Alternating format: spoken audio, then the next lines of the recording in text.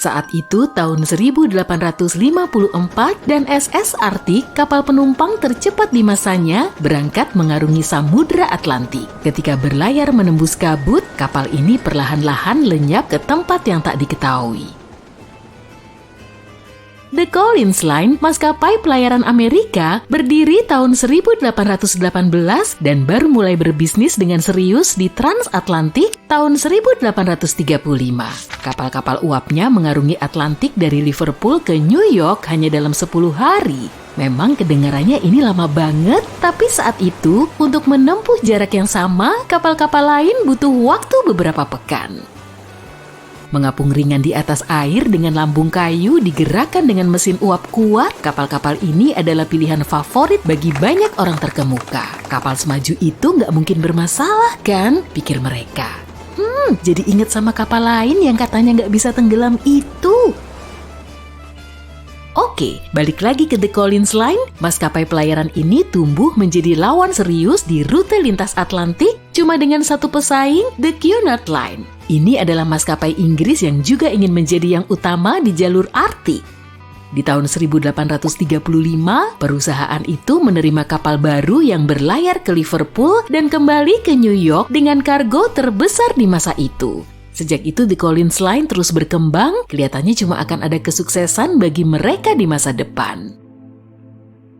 Sayangnya, biaya operasional kapal mewah mereka menjadi mahal dengan banyaknya pemakaian batu bara. Kekuatan besar disertai lambung kayu yang lemah, berarti kapal-kapal ini butuh banyak perbaikan setelah berlayar. Jadi kapal pun akhirnya berbiaya mahal. Tapi karena kapal-kapal itu aman dan bereputasi bagus, orang mau membayar mahal dan maskapai pelayaran itu jelas jauh dari krisis. Mereka sudah mencapai sesuatu yang belum pernah dicapai siapapun sebelumnya. Seperti yang aku bilang tadi, kapal dari maskapai ini mengarungi Atlantik dalam 10 hari. Dan Edward Collins, pemiliknya, bertekad kuat mempertahankan kecepatan itu. 5 kapal mereka dengan mudah mengungguli kapal Cunard yang cuma 3, kelebihan yang luar biasa ini mendapatkan perhatian lebih. Meski kapal-kapal Cunard yang berlambung besi lebih lambat, mereka percaya bisnis itu masih tetap meraih untung terlepas dari pelayarannya yang lambat. Di antara kapal-kapal Collins, The Arctic adalah kapal ketiga yang diluncurkan. Ini adalah yang terbesar dengan panjang 86 meter dan 2 mesin uap tua samping yang masing-masing berkekuatan 1000 tenaga kuda. Roda dayungnya berputar 16 kali per menit saat kapal dalam kecepatan penuh. Saat peluncurannya, media menyebutnya kapal paling menakjubkan yang pernah dibangun di Amerika Serikat. Tapi kemewahan dan ketenaran gak bisa menghindarkan apa yang akan terjadi. Tanggal 27 September, The Arctic dalam pelayaran dari Liverpool ke New York sedang mempertahankan kecepatannya menembus kabut tebal. Mungkin saja pada saat itu, setelah 4 tahun perjalanan memecahkan rekor, para kru kapal menjadi terlalu percaya diri dengan pelayaran dan kapal mereka. Saat baru berlayar sejauh 80 km dari Newfoundland, mereka dengan ceroboh menembus kabut tanpa kontak radio, sonar atau tanda pengenal lain, hanya berbekal sandi Morse. Sebuah kapal yang lebih kecil, SS Vesta yang beroperasi sebagai kapal penangkap ikan, sering aktif di sekitar Newfoundland. Kapal ini sedang berlayar melalui jalur yang sama dengan The Arctic dan menabrak sisi sampingnya. Terkejut oleh tabrakan itu, Kapten The Arctic menawarkan bantuan ke kapal Vesta yang jauh lebih kecil, tapi tak lama terlihat jelas bahwa kerusakan yang kelihatannya kecil di kapal Arctic jauh lebih parah. Di bawah garis batas air, ada lubang di lambung kapal yang dimasuki air. Ongkos lambung kayu yang jauh lebih laju sepertinya sekarang menjadi kurang berharga. Mereka mengarah ke daratan sambil mencoba menyumbat lubang itu. Tapi ternyata nggak begitu berhasil dan air laut terus mengalir masuk makin tinggi dan menenggelamkan kapal. Dan akhirnya begitu ruang mesin penuh, ketel pun mati, merenggut kekuatan besar di Arctic yang tadinya melegenda. Kapal bergerak lambat sampai berhenti total, kapal itu terus tenggelam dan penumpang serta kru diperintahkan untuk meninggalkannya. Saat itu hukum laut cuma mengizinkan di Arctic membawa 6 sekoci saja yang hanya mampu menyelamatkan 180 orang. Kru dan beberapa penumpang berhasil berdesakan naik sekoci dan menempati kebanyakan kursi di perahu itu. Semuanya menjadi liar dan lupa akan sopan santun, tidak lagi mengindahkan wanita dan anak-anak yang harus naik lebih dulu. The Arctic tenggelam dalam 4 jam. Ada 150 kru dan 250 penumpang di sana. Mereka yang gak dapat skoci berusaha membuat rakit sendiri dari bagian-bagian kapal dengan putus asa. 2 hari kemudian, cuma 3 perahu yang berhasil selamat sampai ke pantai. 3 perahu lainnya nggak pernah ditemukan. Percaya nggak percaya, regu penolong juga menyelamatkan beberapa orang yang berpegangan pada puing-puing selama 2 hari. Nggak kayak kru, kapten kapal ikut tenggelam bersama di Arctic, tapi ajaibnya dia selamat. Dia menjadi satu-satunya di antara 85 orang yang berhasil selamat dari 400 orang yang berada di atas kapal. Ketika berita menyebar 2 pekan kemudian, publik merespon dengan kesedihan luar biasa atas kehilangan itu. Kemudian kemarahan akan tindakan keselamatan yang buruk dan kru yang tak berempati pun muncul. Media menerbitkan tuntutan untuk mengubah peraturan tentang sekoci. Logikanya, kapal harus punya cukup sekoci untuk semua orang di atas kapal. Tapi mereka mengabaikan permintaan itu. Kelalaian ini menimbulkan lebih banyak bencana di masa depan. Jumlah sekoci yang mencukupi baru menjadi hukum laut 60 tahun kemudian setelah bencana Titanic. Istri Edward Collins dan 2 anaknya juga berada di atas kapal dan gak selamat. Dia sedih sekali, tapi tetap menjalankan bisnisnya. The Collins Line masih punya reputasi yang harus dijunjung tinggi, yakni maskapai pelayaran terbesar, tercepat, dan termewah di Samudra Atlantik. Edward Collins lalu membangun kapal yang lebih baik lagi dibanding kapal lain manapun. Kapal itu diberi nama Adriatic dan itu adalah kapal terbesar di dunia, 100 meter lebih dengan 2 mesin uap bolak-balik yang belum pernah dibangun seukuran itu. Saat itu mesin uap ini adalah mesin yang paling baik, meski sekarang kamu cuma bisa melihatnya di kapal model dan mainan. Dengan tambahan 2 tiang layar baru, kapal Adriatic juga bisa bergerak dengan layar jika dibutuhkan. Untungnya, mereka memetik pelajaran dari bencana kapal Arktik. Tapi sebelum kapal baru Adriatic dibangun, bencana lain juga terjadi. Kapal seri yang sama dengan Arktik juga tenggelam. Mereka percaya kapal kedua ini sedang mati-matian berusaha untuk tetap mengungguli kapal dari maskapai Cunard, lantas menghantam gunung es. Persaingan aneh ini merenggut 141 jiwa, dan keputusasaan Collins serta lambung kapalnya yang lemah membuat maskapai itu bangkrut di tahun 1858. Adriatic yang baru dibangun dengan biaya lebih dari $1 juta, akhirnya hanya berlayar sekali. Dan bahkan pelayaran itu dianggap bencana saat kapal itu bertabrakan dengan kapal tunda. Adriatic masih berhasil menyelesaikan pelayaran perdananya dengan kecepatan yang sesuai. Setelah perusahaan itu bangkrut, mereka terpaksa menjual kapal itu cuma seharga $50.000. Mereka melepas mesin-mesin raksasanya dan menggantinya dengan layar. Meski pernah menjadi kapal terbesar di laut terbuka, 30 tahun kemudian kapal ini ditelantarkan dan diberi label tidak bisa diperbaiki, lantas berlabuh di sebuah sungai. Kapal-kapal lain yang tersisa juga dijual dan hanya untuk diambil suku cadangnya. Edward Collins meninggalkan industri pelayaran selamanya untuk mencari pekerjaan di darat. Karena perusahaan Collins tidak lagi aktif, maskapai pelayaran Cunard bertambah kuat. Tanpa pesaing, mereka memenangkan penghargaan Blue Ribbon selama 30 tahun berikutnya dan 180 tahun kemudian setelah memproduksi ratusan kapal. Mereka masih terus hadir di lautan karena menyediakan jasa penyeberangan transatlantik, pelayaran internasional, dan kapal pesiar wisata. Sampai hari ini, The Cunard Line adalah satu-satunya perusahaan yang menjalankan kapal antara Eropa dan Amerika. Dan ini adalah bukti kuat bahwa yang tercepat bukan selalu yang terbaik. Semua penumpang menatap awak kabin yang berjalan terburu-buru. Dia mengabaikan semua permintaan dan langsung masuk ke kokpit. Mereka cuma bisa saling menatap sambil kebingungan.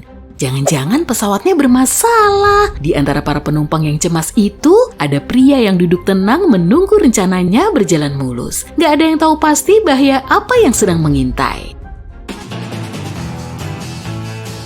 Saat itu perayaan Thanksgiving, para penumpang naik pesawat dari Portland, Oregon ke Seattle, Washington untuk ngerayain Thanksgiving. Kondisi di bandara normal-normal aja, tapi tiba-tiba D.B. Cooper menyelinap.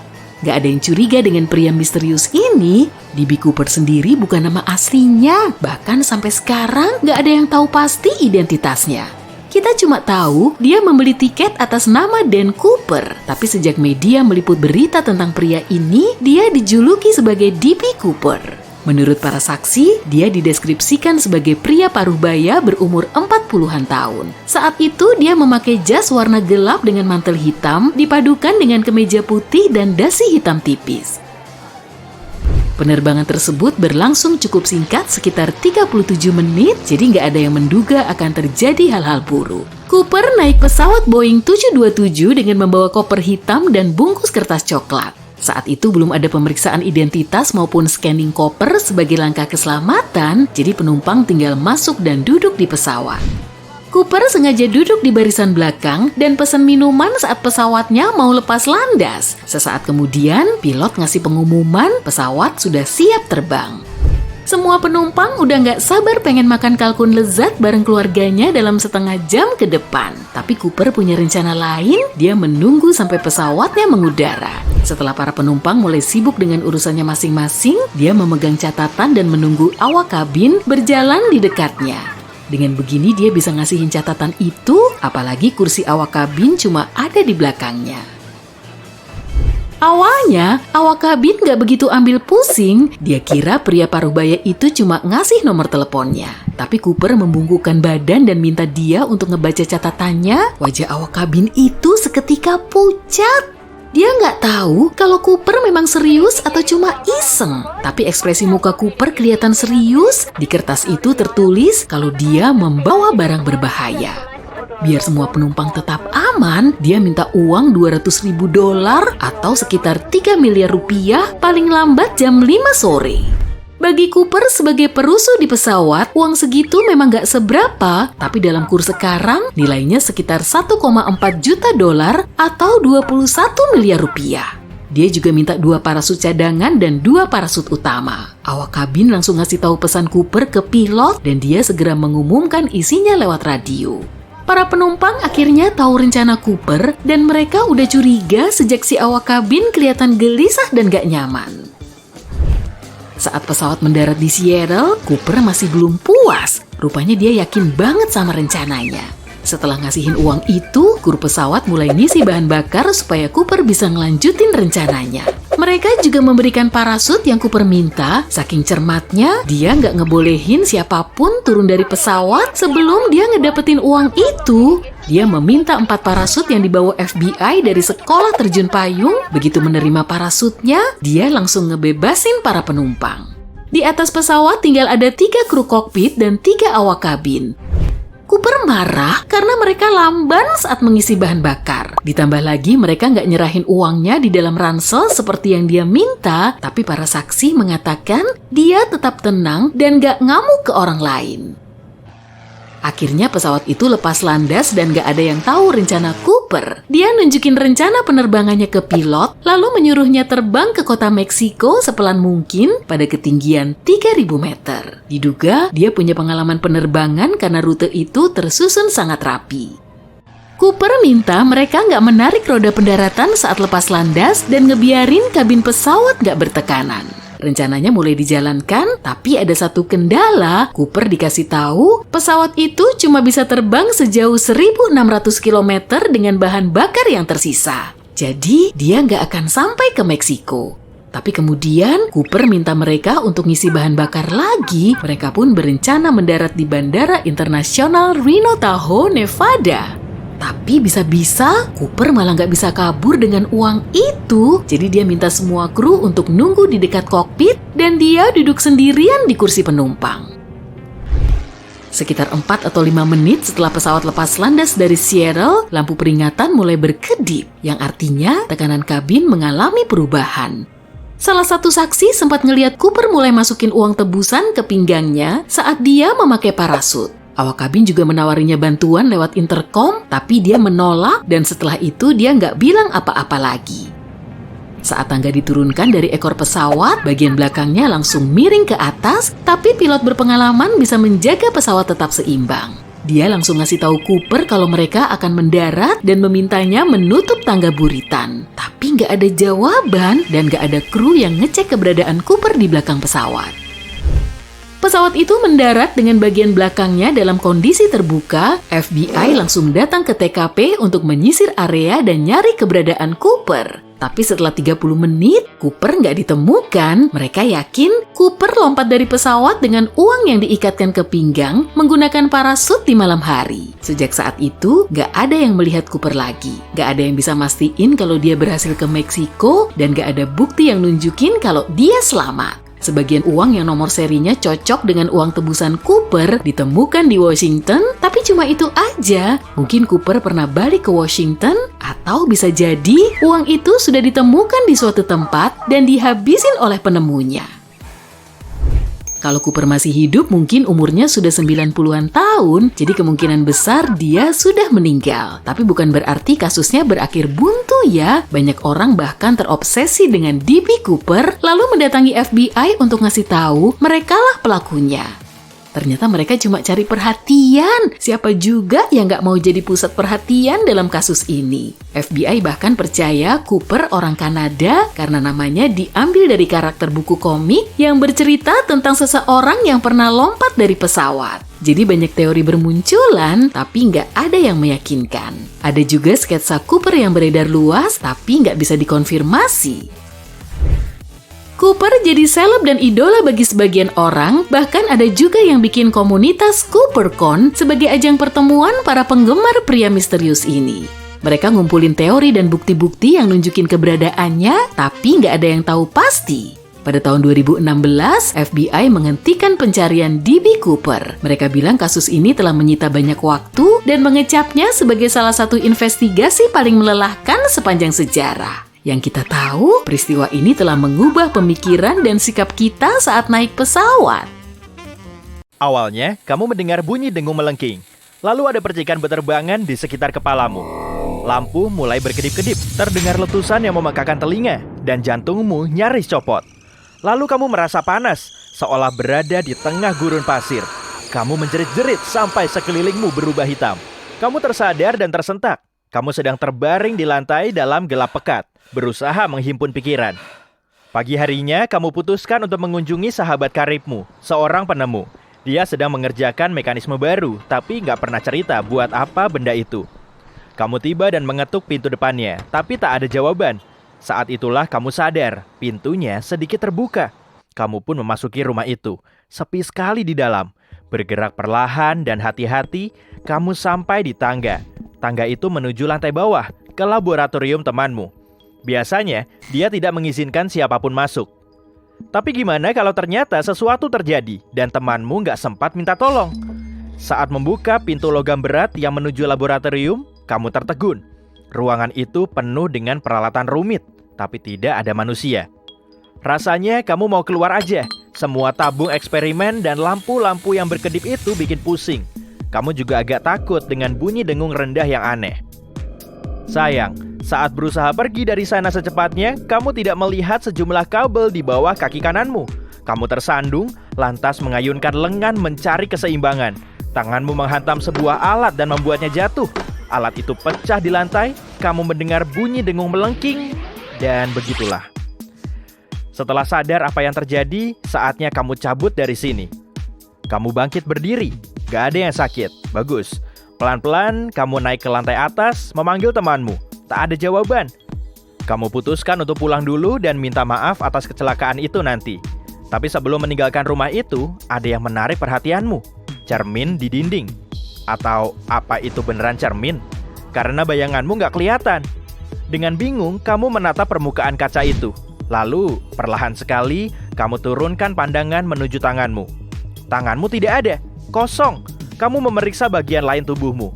Atau lebih tepatnya, ketiadaannya. Meski terasa seperti mimpi buruk, kamu tidak menjerit dan berlari berkeliling. Tapi kamu gak bisa memungkiri kenyataan bahwa kamu jadi gaib. Pakaian dan sepatu yang kamu pakai saat kecelakaan itu juga gak kelihatan. Kamu pergi ke ruang duduk dan mengambil buku. Jelas, kamu bisa melihatnya. Gimana kalau makanan? Kamu menyelinap ke dapur dan membuka kulkas.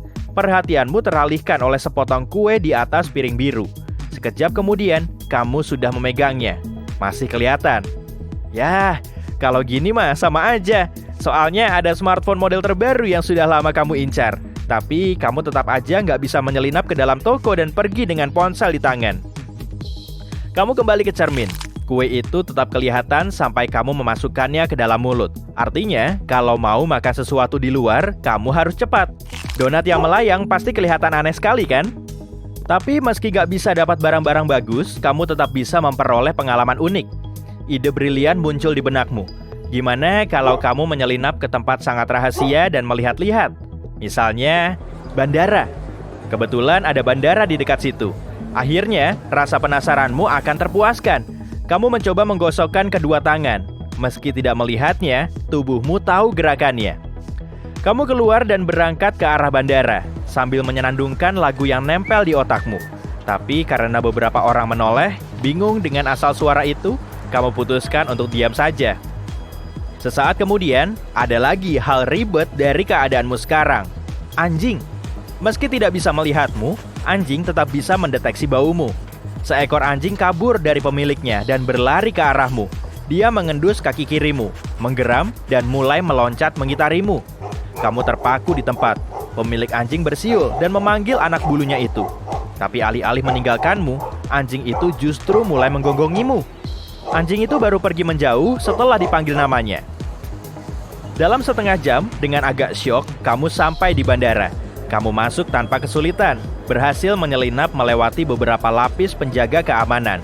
Tapi begitu mendekati pintu yang kelihatannya menjanjikan, bunyi lengking alarm mengejutkanmu. Tampaknya sistem telah mendeteksi suhu badanmu. Merasa takut dengan semua kondisi di sekitarmu, kamu merapatkan diri ke dinding agar penjaga keamanan lewat.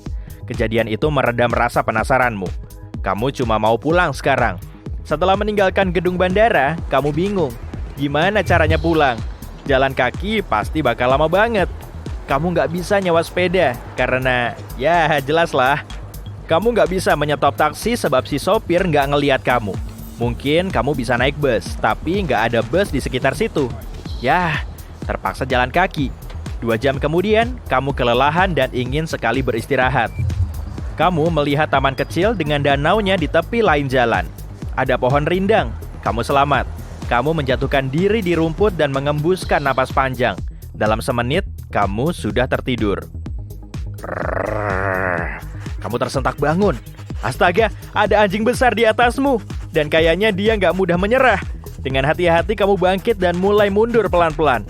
Karena sudah takut sekali, kamu berbalik dan lari. Dan anjing itu mengejarmu. Kamu nggak sadar sudah lari terlalu dekat ke danau. Kamu terjun ke air dingin masuk ke hidung dan mulutmu. Saat kamu kembali ke permukaan, sudah ada kerumunan kecil orang piknik yang berkumpul di sekitar situ. Mereka melambaikan tangan sambil membahas, pasti ikan besar yang bisa menimbulkan keributan seperti itu. Kamu tidak bisa berenang ke tepi danau dan keluar dari air begitu saja di depan mereka. Itu sebabnya kamu menahan napas dan menyelam lebih dalam. Akhirnya, kamu sampai di tepi lain danau dan merangkak ke darat. Wow, kamu bisa melihat sebagian tubuhmu tertutup oleh lumpur, ganggang, dan sampah lain yang tampak jelas. Kamu nggak bisa muncul begitu saja di jalan dengan keadaan setengah gaib begini. Kamu pun menghabiskan 1 jam berikutnya duduk di balik semak sambil menunggu pakaianmu kering. Lalu kamu bersihkan sebisa mungkin. Hari sudah gelap. Kamu lelah, haus, lapar, dan ngantuk. Dan rumahmu masih jauh sekali. Ide cemerlang muncul dalam benakmu saat melewati hotel termahal di kota. Kamu bisa istirahat di sana. Pas banget, kamu juga belum pernah ke tempat semewah itu.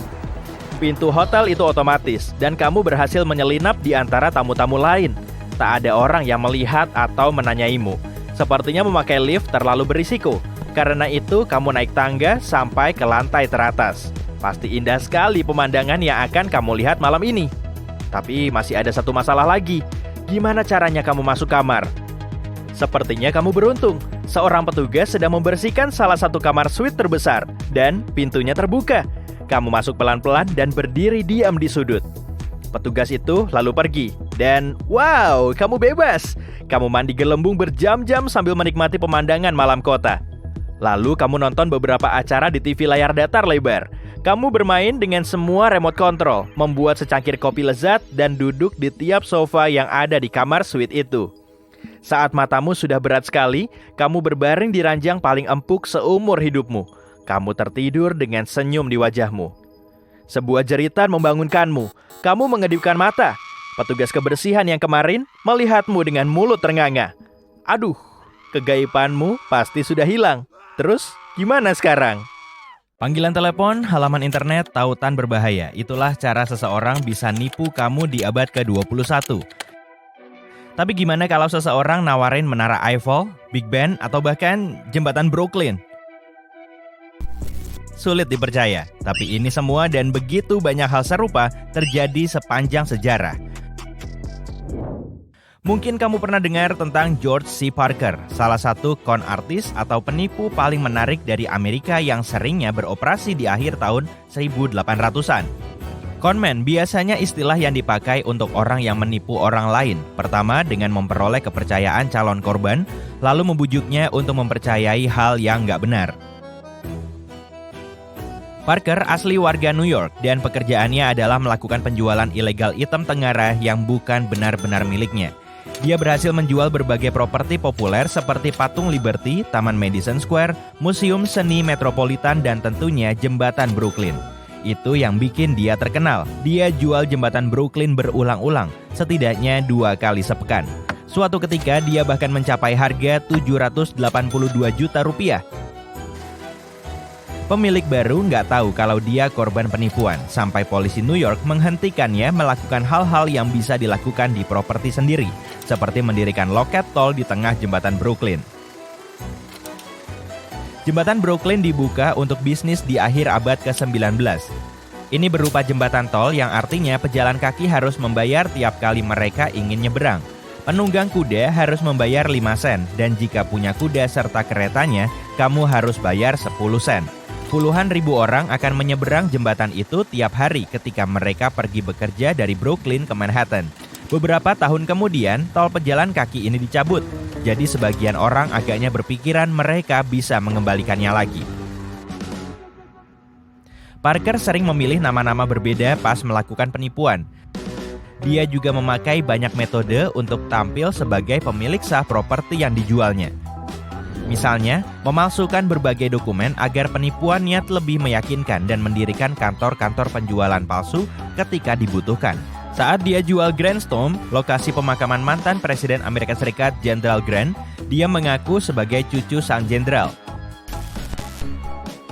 Salah satu tempat paling terkenal di mana dia beroperasi adalah Pulau Ellis.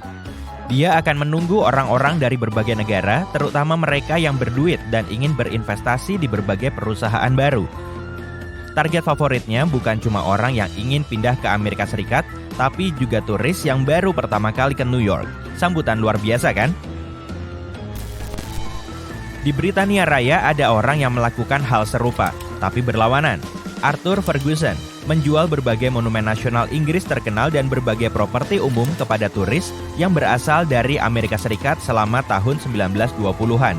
Dia menjual berbagai monumen seperti Big Ben, Nelson's Column di Trafalgar Square, dan Istana Buckingham. Dan ya, dia akan menjual bangunan semacam itu berulang-ulang, menemukan pembeli yang berbeda untuk bangunan itu.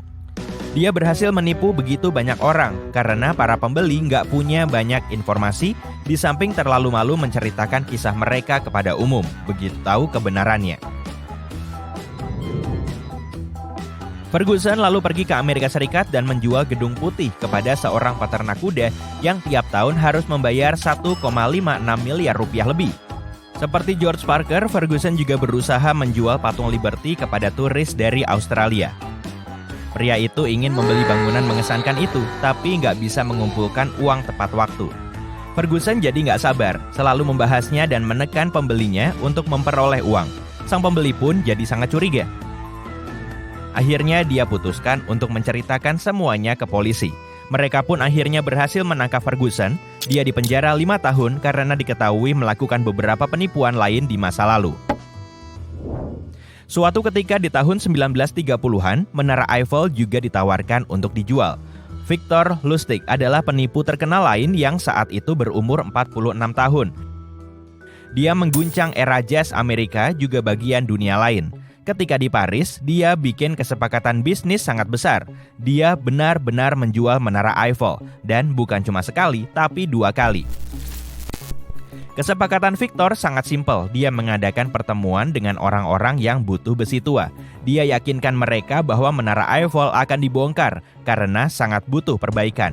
Jadi siapapun yang menawar dengan harga tertinggi akan memperoleh material itu. Dia orang yang menarik dengan kemampuan komunikasi yang baik, yang membantunya meyakinkan para pembeli bahwa Menara Eiffel memang benar-benar akan jadi milik mereka setelah pembelian itu. Dia punya lusinan paspor palsu, sering mengganti nama ketika bikin kesepakatan bisnis ilegal. Ada legenda lokal menarik di Wichita Falls, Texas. Tahun 1919, seorang pria punya ide untuk meyakinkan orang-orang yang tinggal di sana bahwa dia akan membangun properti besar yang akan menjulang tinggi di udara, yang kita sebut pencakar langit hari ini. Dia kumpulkan dana lebih dari 3.217 miliar rupiah, lalu mendirikan bangunan yang cuma setinggi 4 lantai. Ukurannya cuma 4,87 meter dan 3,05 meter, jauh lebih kecil dari seharusnya. Ukuran yang dia presentasikan dalam dokumen bukan dalam satuan kaki tapi inci, detail yang kayaknya dilewatkan para investor. Investor yang menemukan ide awalnya tentu saja kabur membawa durian runtuhnya, meninggalkan hal memalukan yang disebut pencakar langit terkecil di dunia. Di abad ke-18, seorang wanita bernama Barbara Ernie bepergian melintasi Liechtenstein.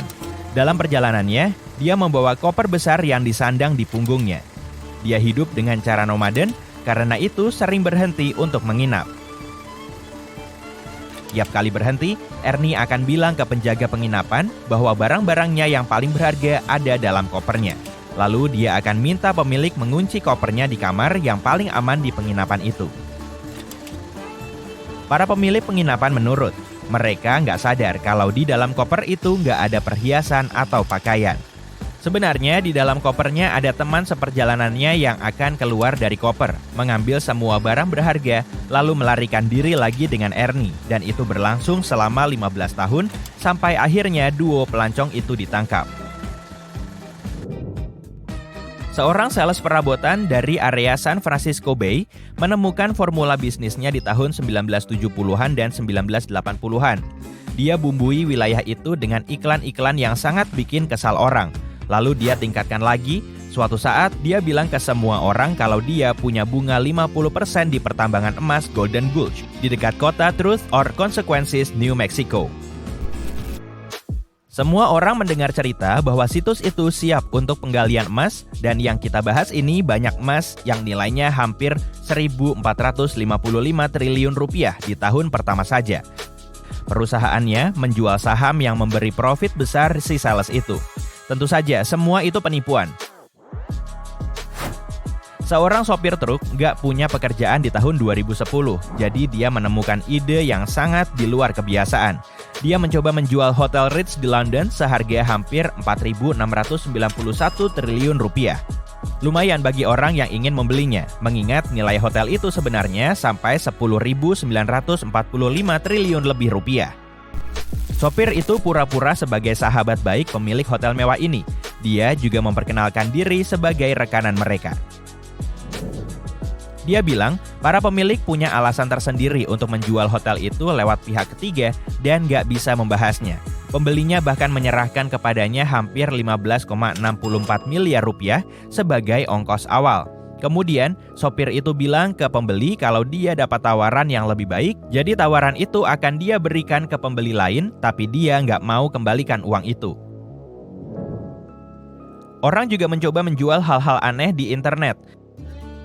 Misalnya di awal tahun 2000-an, ketika internet baru naik daun dan banyak orang belum mengerti konsep belanja online, seorang pria dari Australia mencoba menjual satu negara utuh di eBay.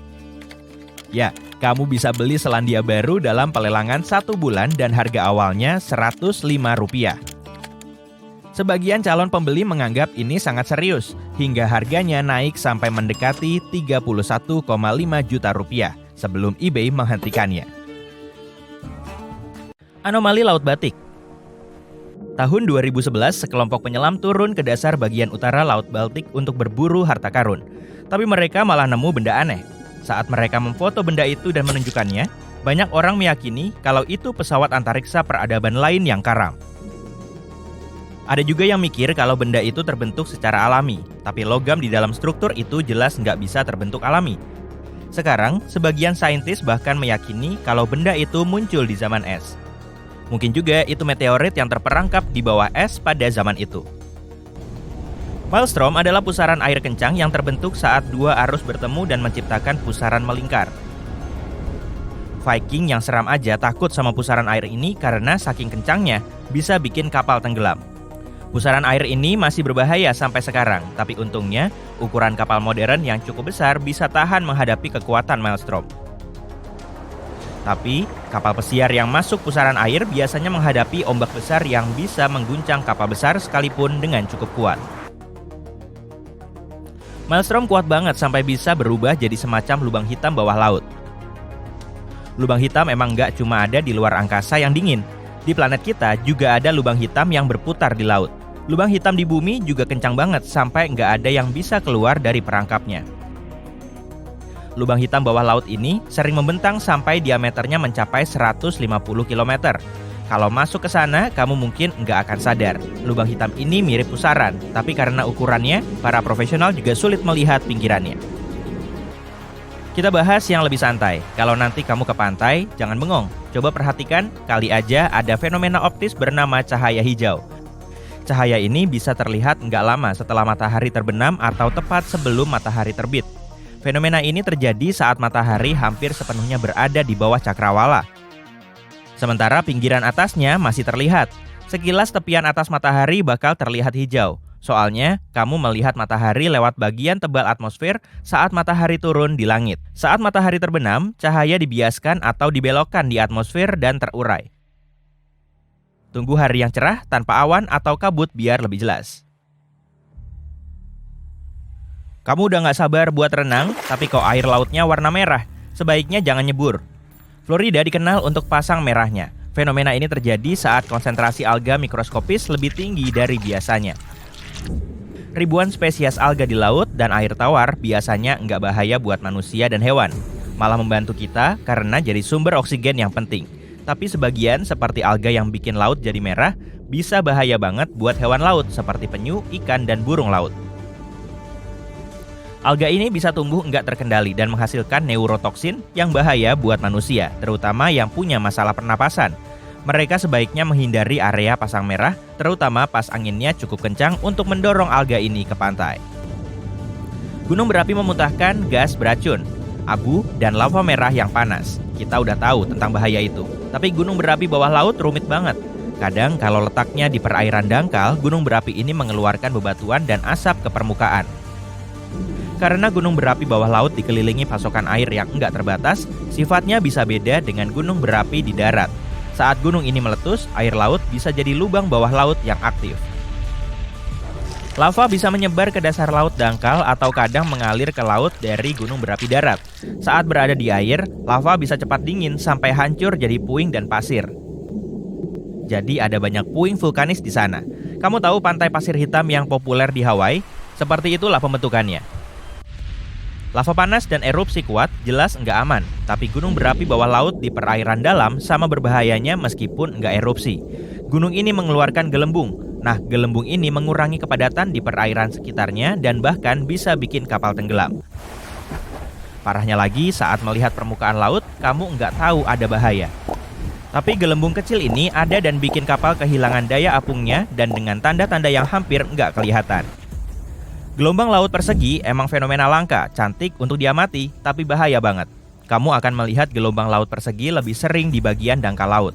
Peristiwa ini sering muncul di Prancis atau pantai-pantai di Tel Aviv, tapi bisa juga terjadi di banyak area pantai di seluruh dunia.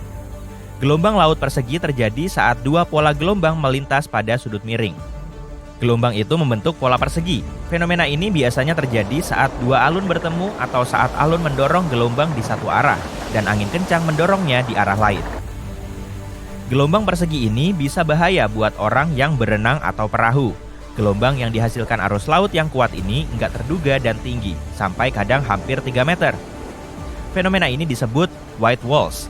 Gelombang ini kuat banget sampai bisa menggulingkan perahu besar sekalipun. Kalau kamu isi gelas bening dengan air laut, terus kamu perhatikan, kamu akan melihat airnya penuh partikel kecil. Air laut mengandung larutan garam, lemak, alga, protein, deterjen, dan fragmen-fragmen materi buatan dan organik. Kalau gelasnya diaduk, kamu akan melihat gelembung kecil yang terbentuk di permukaannya.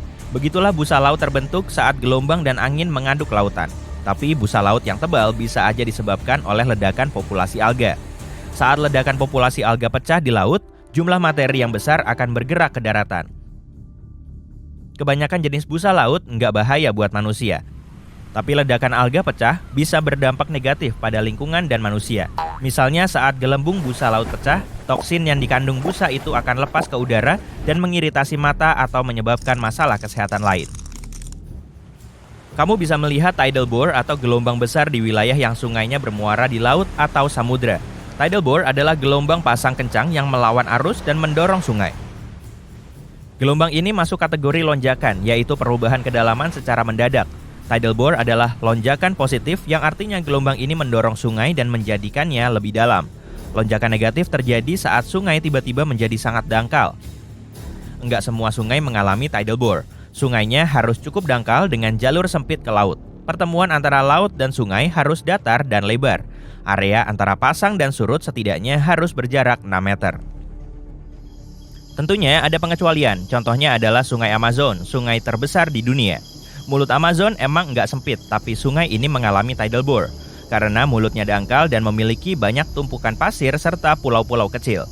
Tidal bore-nya kencang banget sampai sungai itu nggak punya delta. Endapannya langsung mengalir ke Samudra Atlantik yang dibawa arus cepat.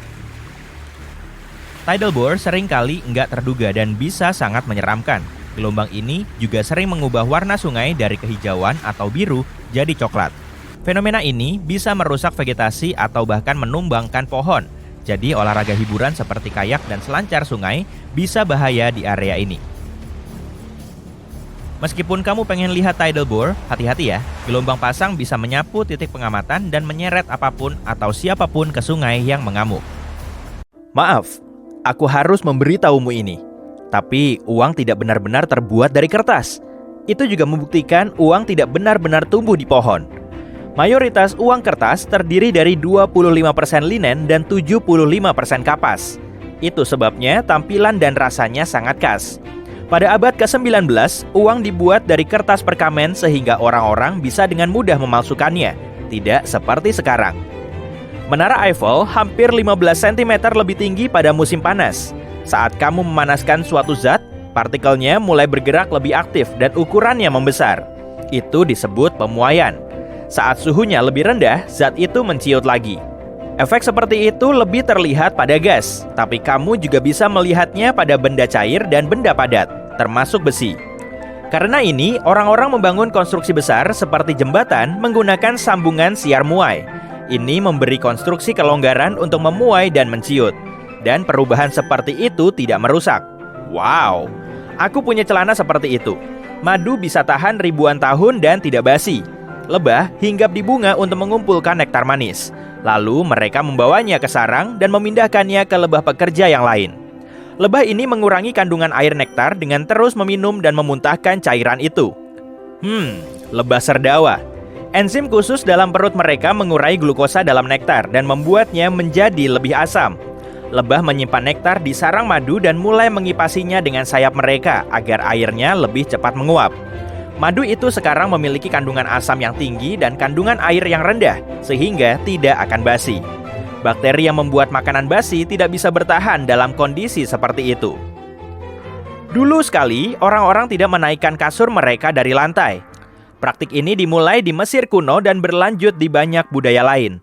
Orang-orang sadar lantai itu dingin, dan mereka bisa lebih mudah menghangatkan kasur jika tidak menyentuh lantai. Dulu, rumah-rumah lebih berangin. Udara dingin masuk dari bawah pintu. tidak ada pemanas sentral. Jadi, orang-orang harus mencari cara lain untuk menghangatkan diri. Udara hangat cenderung naik, dan jika posisimu tinggi, kamu tidak akan kedinginan seperti di lantai.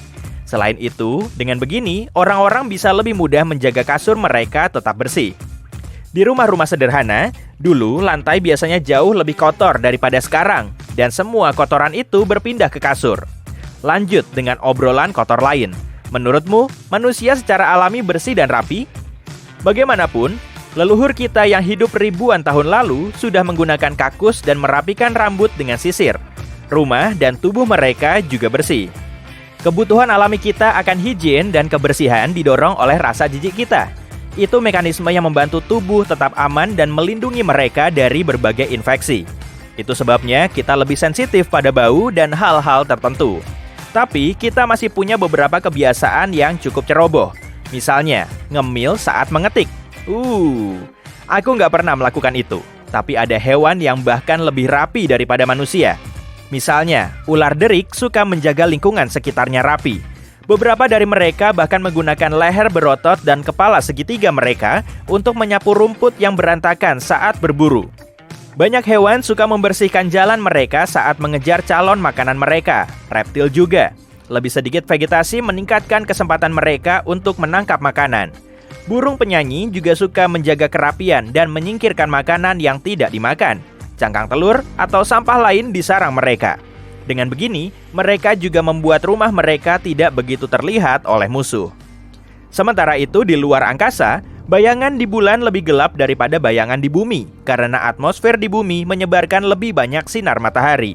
Tapi, kalau kamu bisa ke bulan, kamu akan melihat bayangan sangat gelap, sampai kamu tidak akan bisa melihat kemana kamu pergi. Selain itu, kamu akan melihat jejak baru di permukaan bulan. Manusia sudah beberapa puluh tahun tidak menginjakan kaki di sana. Tapi jejak kaki itu terlihat seperti baru ditinggalkan kemarin. Karena tidak ada air atau angin di bulan, tidak ada yang bisa menghapus jejak kaki ini. Jadi, jejak itu bisa bertahan di sana dalam bentuk asli mereka selama jutaan tahun. Jadi, hati-hati saat melangkah ya. Inti bumi mengandung cukup banyak emas untuk melapisi seluruh planet ini. Dan kalau kamu memutuskan melakukan ini, logam berharga ini akan setinggi lutut. Selama ribuan tahun, manusia menambang emas dan platinum bersama dengan banyak mineral berharga lainnya dari bawah permukaan bumi. Itu sebabnya kita mungkin sudah kehabisan beberapa mineral di beberapa area. Tapi bumi masih punya banyak endapan seperti itu, terutama jika kamu mendekati intinya. Itu disebabkan oleh banyaknya meteorit yang bertabrakan dengan planet kita pada masa pembentukannya. Meteorit itu mengandung berbagai mineral, termasuk emas. Dulu, bumi masih dalam kondisi cairnya, sehingga kebanyakan emas, logam berat, tenggelam ke intinya. Dan mantel silika yang berada di atas inti memerangkap banyak emas dan mineral lain. Sayangnya, kebanyakan tidak bisa dijangkau sekarang, karena posisinya sekitar 2.900 km di bawah permukaan dan suhunya ribuan derajat. Dengan kata lain, terlalu panas. Tentu saja, jika kamu akan pergi ke luar angkasa, salah satu hal pertama yang kamu pikirkan pasti pakaian luar angkasa. Tapi kamu tahu, kamu bisa bertahan di luar angkasa meskipun tidak memakai perlindungan apapun?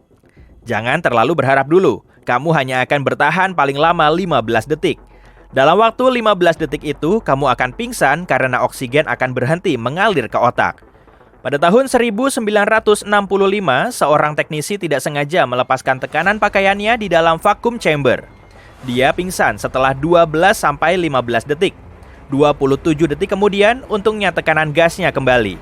Pria itu kemudian berkata, dia ingat kelembapan di lidahnya mulai mendidih.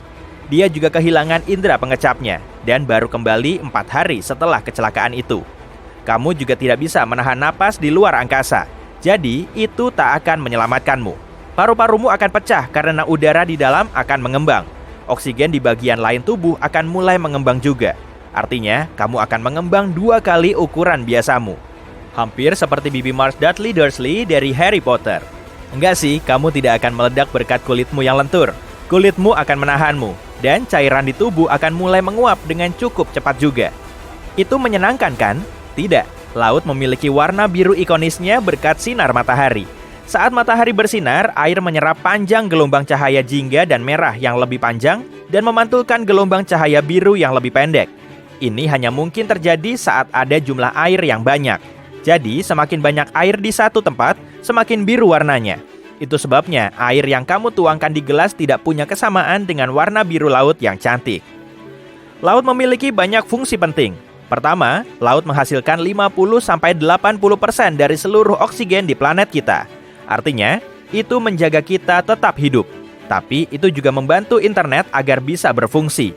Jadi, saat kamu mentertawai video anjing lucu dan menonton serial favoritmu, yap, berterima kasihlah pada laut untuk itu. Mayoritas kabel yang memberi daya pada internet sehingga memungkinkan orang-orang di seluruh dunia menggunakannya berada di bawah laut. Itu adalah kabel komunikasi selam. Kabel berkilo-kilometer melintasi dasar laut. Ada kapal khusus untuk meletakkan semua itu, dirancang khusus untuk tujuan itu. Untuk memastikan tidak ada yang merusak kabel itu dan internetmu, orang-orang harus meletakkannya di bidang dasar laut yang relatif rata. Kabel itu juga harus jauh dari kapal karam atau ekosistem laut besar. Sebagian kabel memiliki lapisan khusus yang melindunginya dari kerusakan. Dengan begini, hiu yang lapar atau ikan yang penasaran tidak akan menggigit kabel itu. Pohon bisa bicara, tidak seperti manusia, tapi mereka punya cara komunikasi sendiri. Akar mereka tersambung melalui jaringan jamur bawah tanah. Jaringan itu mendapat julukan Wood Wide Web. Hah? Berkat jaringan ini, pohon bisa berbagi sumber daya dengan satu sama lain. Seperti itulah mereka bicara. Mereka menggunakan jamur ini untuk mengirimkan nutrien dan air dari satu pohon ke pohon lain. Misalnya, ada pohon induk dan pohon yang lebih kuat dan lebih tua dari pohon lain di hutan. Lalu, pohon itu membagikan sebagian gizi dan gulanya dengan pepohonan kecil yang tumbuh di dekatnya. Terima kasih, Bu. Lihat serangga yang terbang pada cuaca cerah ini. Apa mereka terkena luka bakar karena matahari? Serangga yang menghabiskan sebagian besar waktunya di alam terbuka tidak terkena luka bakar. Mereka punya eksoskeleton gelap yang mengandung melanin. Seperti itulah mereka menghalau sinar UV. Tapi serangga yang hidup di bawah tanah dan di dalam air atau makhluk nokturnal memiliki kulit yang lebih pucat dan tipis. Jika terlalu lama berada di luar pada siang hari, mereka bisa terkena luka bakar atau bahkan lebih parah. Mereka bisa dimakan. Apel yang biasanya kamu beli di supermarket tampak sangat segar kan? Tapi umurnya mungkin sudah 1 tahun. Semua tergantung cara penyimpanannya. Pertama, dilapisi lilin. Selanjutnya, lilin dikeringkan dengan udara panas. Dan akhirnya, apel dimasukkan ke gudang berpendingin. Kungkang lebih jago menahan napas dibanding lumba-lumba. Hewan pemalas ini bisa memperlambat detak jantungnya dan menahan napas sampai 40 menit. Kalau mereka nonton drakor yang bikin deg-degan, mungkin mereka bakal ngambil napas sekali aja per episode. Saat melihat foto-foto jadul, kamu pasti sadar orang-orangnya jarang tersenyum lebar seperti foto-foto kita sekarang. Pertama, fotografer zaman dulu lebih suka semuanya serius. Jadi, alih-alih cheese, orang-orang bilang plum supaya bibir mereka tertutup. Dan kata-kata lainnya, Bumi bukan satu-satunya planet yang punya air. Para ilmuwan dari NASA yakin salah satu bulan Jupiter, Europa, punya lautan dengan air yang jumlahnya 2 kali lipat dari air bumi. Lautan itu tersembunyi di bawah lapisan es tebal. Bahkan Mars punya air cair yang mengalir. Cikada adalah salah satu serangga terbesar yang bisa kamu temukan. Sebagian besar spesiesnya nggak terlalu besar sih, cuma sekitar 3-5 cm panjangnya. Cuma ya, tapi yang terbesar yang bernama Cikada permaisuri punya panjang tubuh sekitar 7,5 cm. Sebagai perbandingan, lebar sayapnya yang membentang mencapai 20 cm. Besar juga ya. Nggak semua kambing mengunyah rumput dengan tenang di padang rumput. Beberapa lebih suka memanjat pohon untuk makan. Ini dia, kambing Maroko, fenomena alam yang cuma ada di Afrika Utara. Masalahnya, mereka jauh lebih tertarik pada buah pohon argan daripada rumput biasa. Aku paham sih, soalnya buah argan terlihat seperti apel emas. Kambing-kambing ini lumayan lincah, jadi bisa dengan mudah memanjat pohon untuk makan buah segar itu. Dan mereka jarang butuh bantuan. Ada beberapa makhluk yang secara teknis bisa hidup abadi. Ada spesies ubur-ubur yang namanya Ceratophilidae. Kamu baca sendiri deh di layar.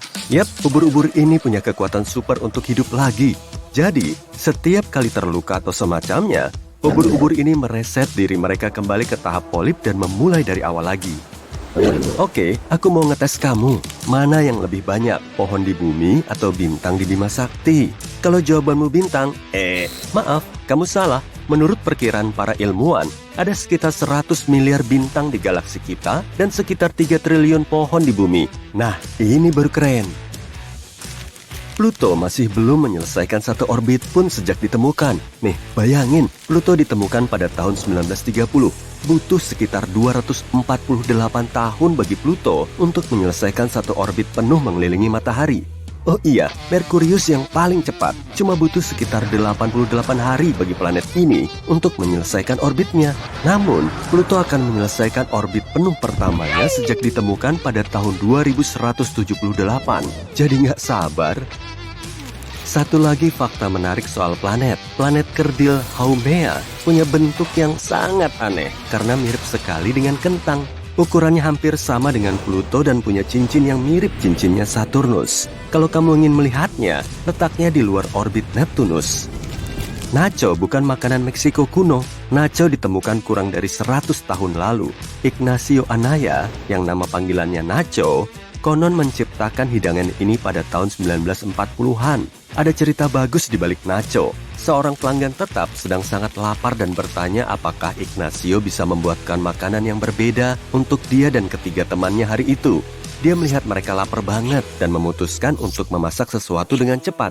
Dia harus berimprovisasi menggunakan bahan-bahan yang ada. Jadi, dia menaruh tortilla, memarut keju di atasnya, dan memanaskan hidangan itu dari atas.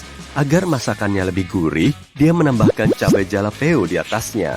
Mami Finan, pelanggan tetap itu, menanyakan apa nama camilan unik itu. Tanpa berpikir panjang, Ignacio mengatakan namanya hidangan spesial Nacho.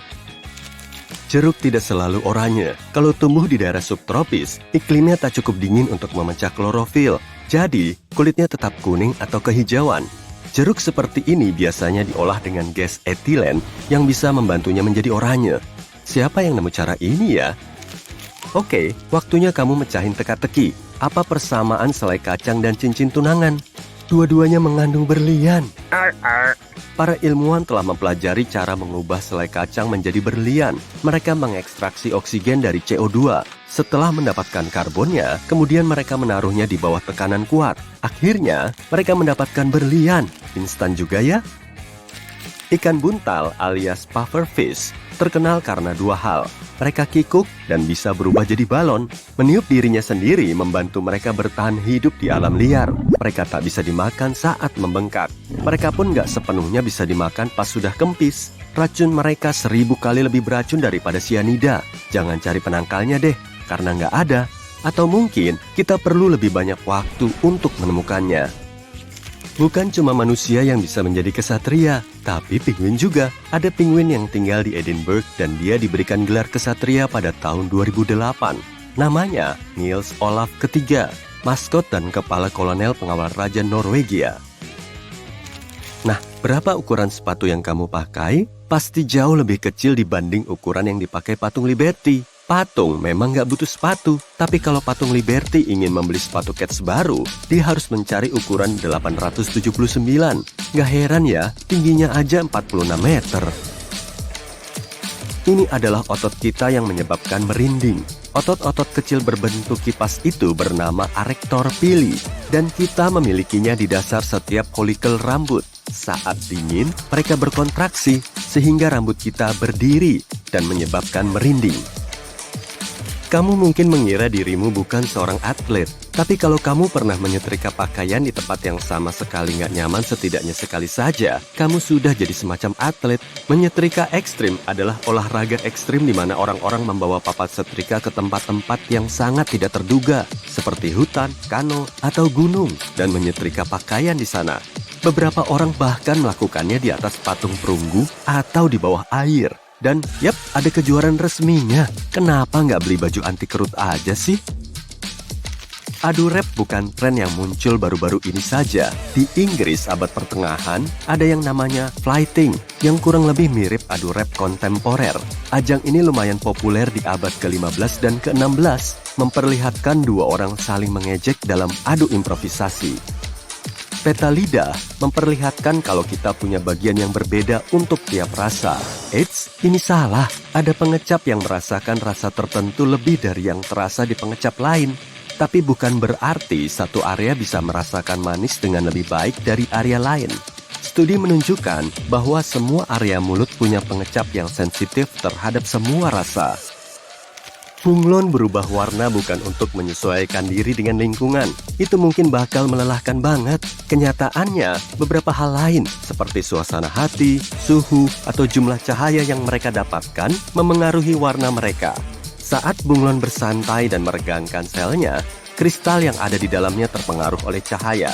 Reptil ini menggunakan kristal untuk berkomunikasi satu sama lain. Jadi misalnya, warna yang lebih gelap menunjukkan mereka sedang tidak dalam suasana hati yang baik. Mungkin mereka lagi agak marah. Hati-hati ya sama bunglon pemarah. Banyak bandara dilengkapi karpet di area gate. Fasilitas ini biasanya disertai langit-langit lebih rendah, kursi nyaman, dan pencahayaan alami yang menyenangkan.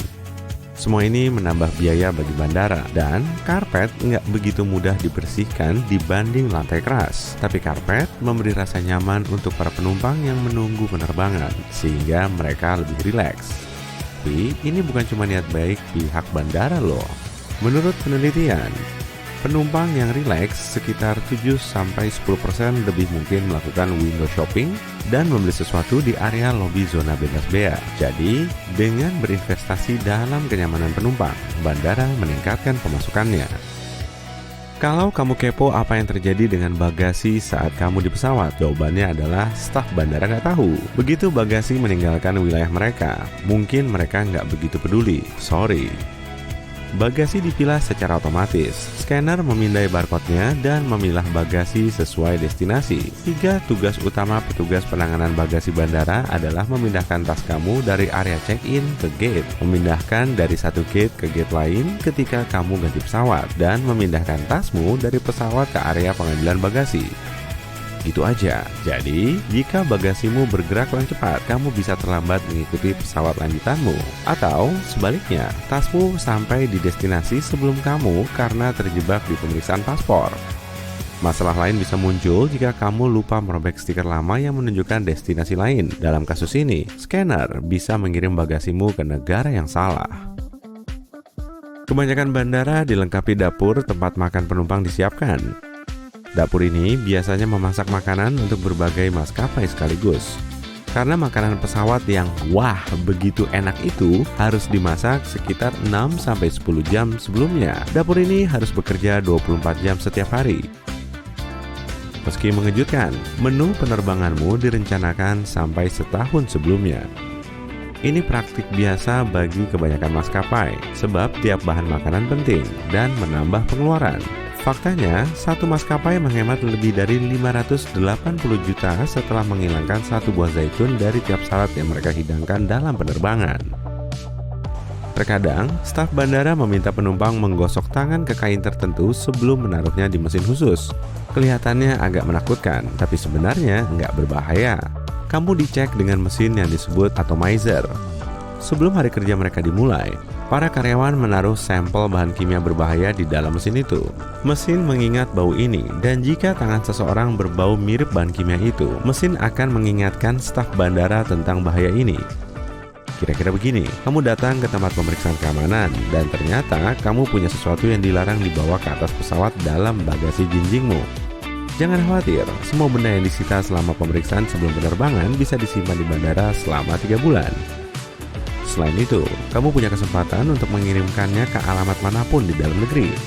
Benda-benda yang diambil petugas keamanan dan nggak diklaim bisa dijual di pelelangan khusus dan dikirim ke seluruh dunia.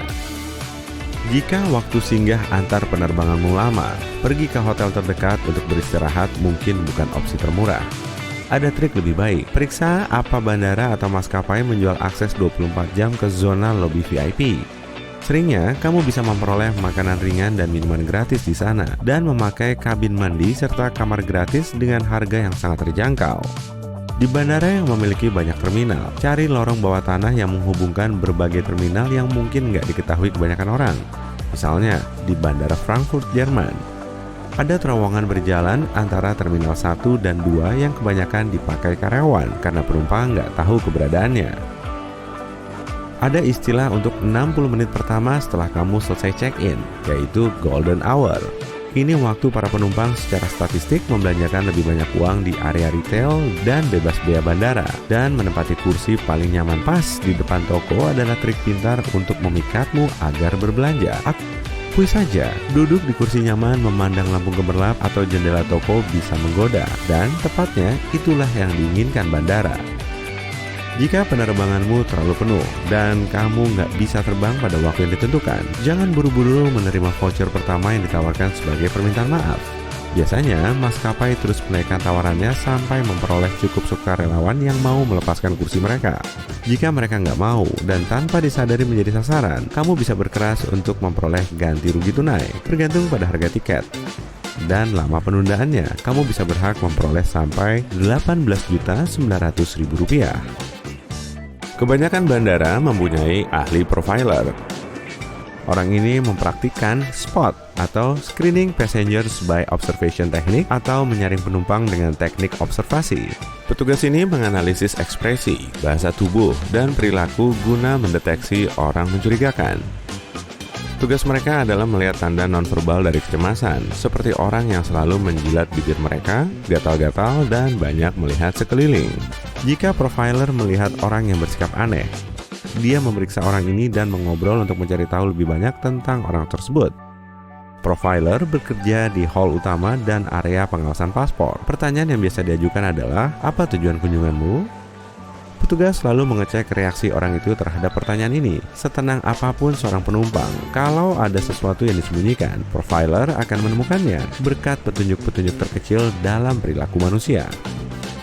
Sebelum memasuki pesawat, bagasimu melalui 5 tingkat keamanan, dan salah satunya, selain memindai isinya, diperiksa oleh anjing khusus yang bisa mengendus bahan kimia berbahaya. Hidung anjing jauh lebih tajam dibanding hidung manusia manapun. Faktanya, anjing membedakan bau 10.000 sampai 100.000 kali lebih tajam dibanding manusia. Nggak heran kalau bandara memanfaatkan indera super ini untuk keamanan dan secara teratur memakai anjing pelacak untuk mendeteksi bahan-bahan mencurigakan. Yang benar-benar keren adalah kamu nggak akan bisa membedakan anjing pelacak dari anjing biasa sejenis. Nggak seperti anjing polisi, anjing bandara nggak dilatih untuk menakut-nakuti atau mengintimidasi orang. Ras pelacak paling populer adalah Golden Retriever, Labrador, dan German Shorthair Pointer. Mengecas ponselmu di tempat yang disediakan kelihatannya nyaman, tapi ini nggak aman. Jika tempat pengecas cuma memungkinkan kamu mencolokkan kabel, malware bisa terpasang di ponselmu tanpa kamu sadari. Satu-satunya cara aman mengecas ponsel atau tabletmu adalah mencari stop kontak dan memakainya dengan pengecasmu. Hal yang sama berlaku pada Wi-Fi gratis bandara, karena bandara mengharuskan kamu melakukan autentikasi. Seringnya, seseorang bisa mudah mengakses datamu ketika kamu memakai hotspot Wi-Fi yang enggak diproteksi. Lebih aman pakai data ponselmu sendiri, tapi jika terpaksa harus memakai Wi-Fi bandara, lebih baik bersihkan atau enkripsikan semua informasi penting dalam ponselmu. Mengeluarkan laptop dari bagasi jinjingmu tiap kali melalui keamanan mungkin menjengkelkan. Tapi staf bandara harus melihat dengan jelas perangkatmu untuk memastikan nggak ada yang disembunyikan di dalamnya. Di layar pemindai sinar X, laptop mirip benda semi-transparan dengan harddisk, CD-ROM, dan apapun yang sangat jelas terlihat. Tapi petugas keamanan nggak bisa melihat di balik bagian itu. Misalnya, baterai yang agak besar. Orang cenderung memilih antrean keamanan yang terdekat dengannya. Kalau ternyata antrean itu berjejal banget, cari setelah pemeriksaan KTP dan tiket. Kamu mungkin melihat tempat pemeriksaan dengan antrean yang jauh lebih sedikit. Beberapa tempat pemeriksaan berlokasi di pinggir terminal yang jauh sehingga orang nggak melihatnya. Menerapkan TSA, Transportation Security Administration, atau Administrasi Keamanan Transportasi, bisa menghemat waktu bepergian di dalam dan luar Amerika. Menjadi anggota program ini memiliki keuntungan. Pertama, bisa lebih cepat melalui pemeriksaan keamanan dan paspor. Jika kamu wisatawan pre-check, kamu nggak perlu melepas sepatu atau ikat pinggang, dan nggak perlu menaruh cairan atau laptop dalam wadah khusus. Kalau kamu nggak terbang ke atau dari Amerika, kamu bisa mencari jasa serupa yang tersedia di negaramu. Jika kamu terbang dengan kelas ekonomi tapi nggak menyukainya, siapa yang suka coba? Lakukan check-in online dan periksa opsi tempat duduk sekitar 4 hari sebelum penerbangan. Biasanya, ini menjelang waktu maskapai mengupgrade kursi dan kamu bisa memperoleh upgrade ke kelas bisnis dengan biaya murah atau kadang gratis. Kamu juga bisa minta upgrade setelah di bandara. Kebanyakan orang melupakan peluang ini atau nggak peduli, jadi mungkin kamu akan beruntung. Kamu pasti udah tahu fakta-fakta tentang tubuh kamu kan? Mana yang mitos dan mana yang fakta? Nah, kalau benar, kamu dapat 1 poin. Tulis skor kamu ya. Gizi telur coklat lebih besar daripada telur putih. Mitos atau fakta? Mitos. Gak ada penelitian yang bilang telur coklat lebih sehat daripada telur putih. Warna cangkangnya aja yang beda, tapi warna ini gak berhubungan sama gizi dan kualitasnya. Jenis ayamlah yang memengaruhi warna ini. Kalau cuping ayam itu berwarna putih, telurnya juga putih. Katanya tumpukan debu di rumah kamu sebenarnya sel kulit mati yang luruh. Emang iya? Jijik banget, ih. Menurutmu ini mitos atau fakta? Ini mitos ya. Ada banyak komponen lain selain serpihan kulit yang bisa bikin rumah berdebu. Menurut penelitian di rumah-rumah Kanada, serat, rambut, bahan bangunan, jamur, serbuk sari, bagian tubuh serangga, dan abu adalah beberapa di antaranya. Masuk akal sih, karena rumah dekat jalan raya atau area renovasi bisa lebih berdebu daripada rumah di tengah hutan. Kulit adalah organ terbesar. Fakta atau mitos ya? Fakta. Tunggu, bukannya usus bisa jadi panjang banget kalau direntangkan? Enggak, tetap lebih besar kulit. Manusia dewasa memiliki kulit seberat 3,5 kg dan seluas 2 meter persegi. Nggak kebayang kalau kita nggak punya kulit kan? Karena kulit bukan cuma menutup tubuh, tapi juga melindungi kita. Kamu nggak bisa bernapas dan menelan bersamaan? Mitos atau fakta? Fakta. Hayo, siapa yang nyobain setelah nonton ini meskipun tahu jawabannya? Coba aja sendiri. Jadi di tenggorokan itu ada 2 saluran yang penting untuk hidup. Bahasa sehari-harinya adalah saluran napas dan saluran makanan. Saluran ini mencegah kita bernapas dan menelan bersamaan. Kalau enggak, makanan bisa masuk saluran napas dan menimbulkan komplikasi parah.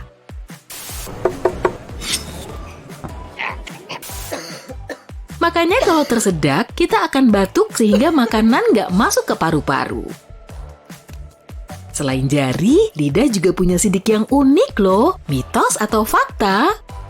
Fakta. Lidah manusia punya ciri luar biasa yang bikin kita merasakan makanan. Lidah juga punya tekstur yang unik. Kita menggunakan sistem biometrik seperti sidik jari, pindai suara, dan pindai iris untuk autentikasi yang penting untuk proses identifikasi dan verifikasi. Sidik lidah juga digunakan sebagai alat sistem biometrik karena unik dan susah banget untuk ditiru. Bayangin deh, kalau kita mulai pakai sistem ini biar aman, kita bakal mengunci brankas atau ponsel dengan sidik lidah.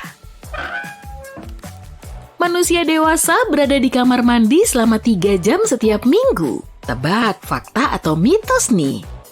Fakta, saintis bikin jejak pendapat yang mengungkap bahwa rata-rata manusia dewasa menghabiskan 3 jam 9 menit di kamar mandi setiap minggunya. Ini lebih lama daripada waktu olahraga mereka. Santai aja, nggak usah buru-buru.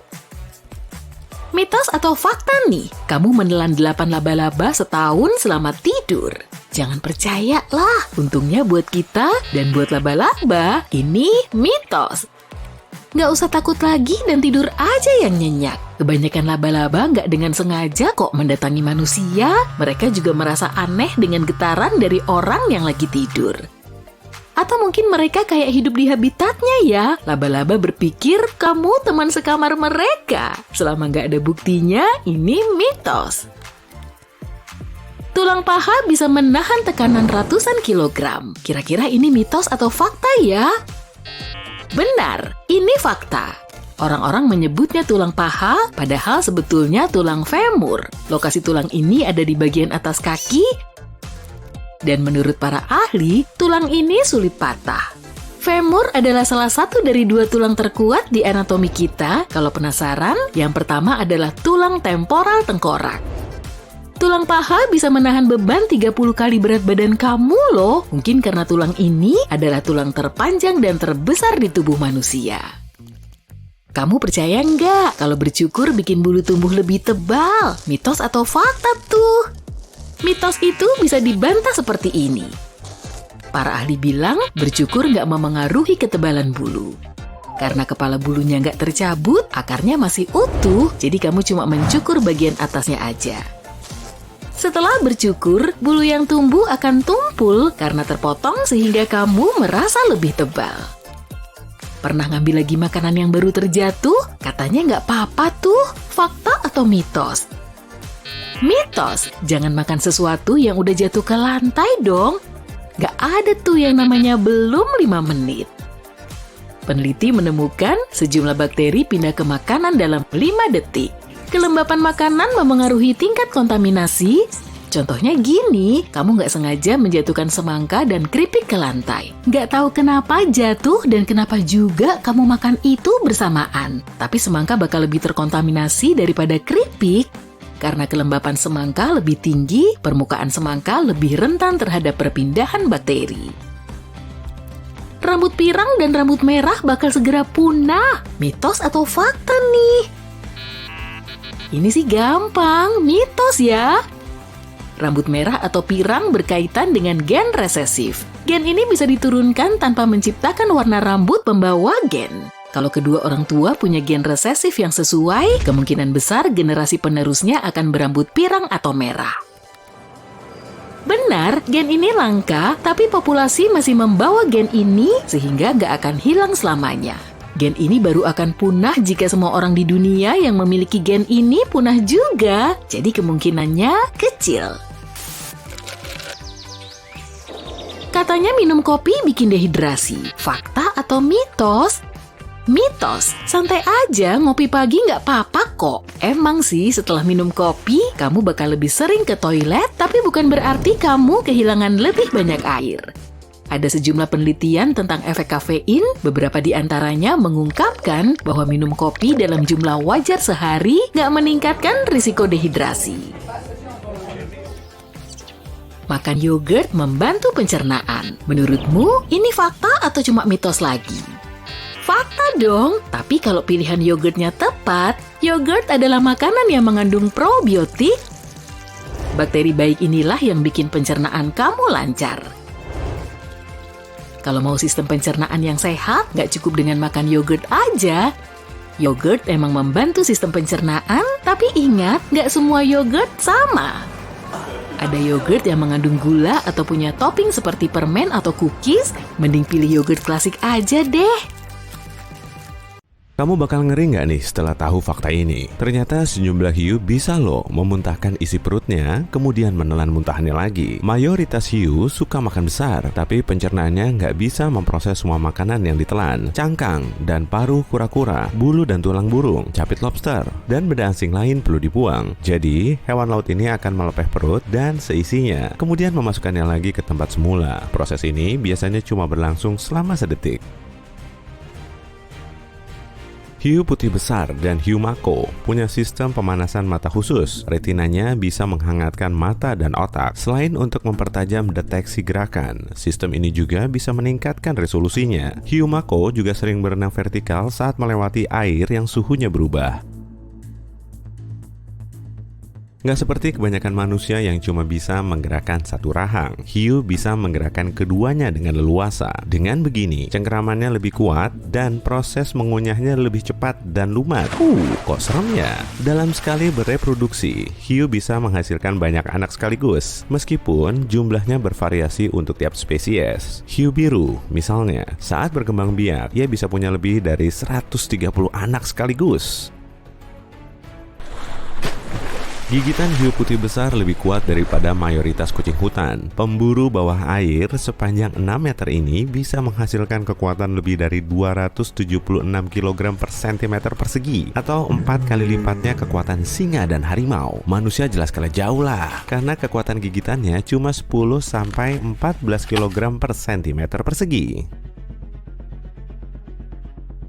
Hiu bengkak melindungi dirinya dengan minum banyak air agar tubuhnya membesar 2 kali lipat. Tujuannya untuk menakut-nakuti predator. Seumur hidup, gigi hiu bisa sebanyak 50.000, tapi nggak semuanya kuat. Yang terkuat dan terbesar berada di depan, sedangkan yang kecil dan kurang kuat berada di belakang. Meski begitu, kalau gigi depannya rusak, gigi yang lebih lemah juga bisa menggantikannya. Pertumbuhannya bisa begini karena akar giginya nggak terlalu dalam seperti gigi manusia, sehingga bisa digerakkan.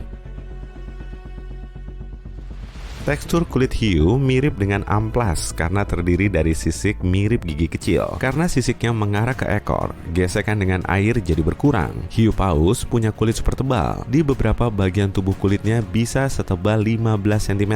Teksturnya termasuk paling keras di dunia binatang. Untuk mengambil sampel darahnya, para ilmuwan perlu berusaha ekstra keras.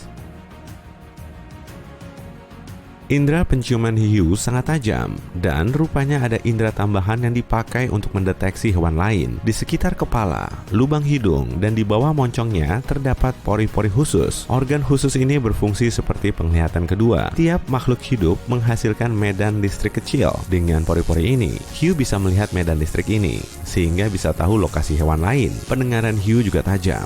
Bahkan, ia bisa mendengar calon mangsanya dari jarak 914 meter. Hiu juga bisa menangkap suara berfrekuensi rendah, seperti suara yang dihasilkan oleh jaringan otot ikan.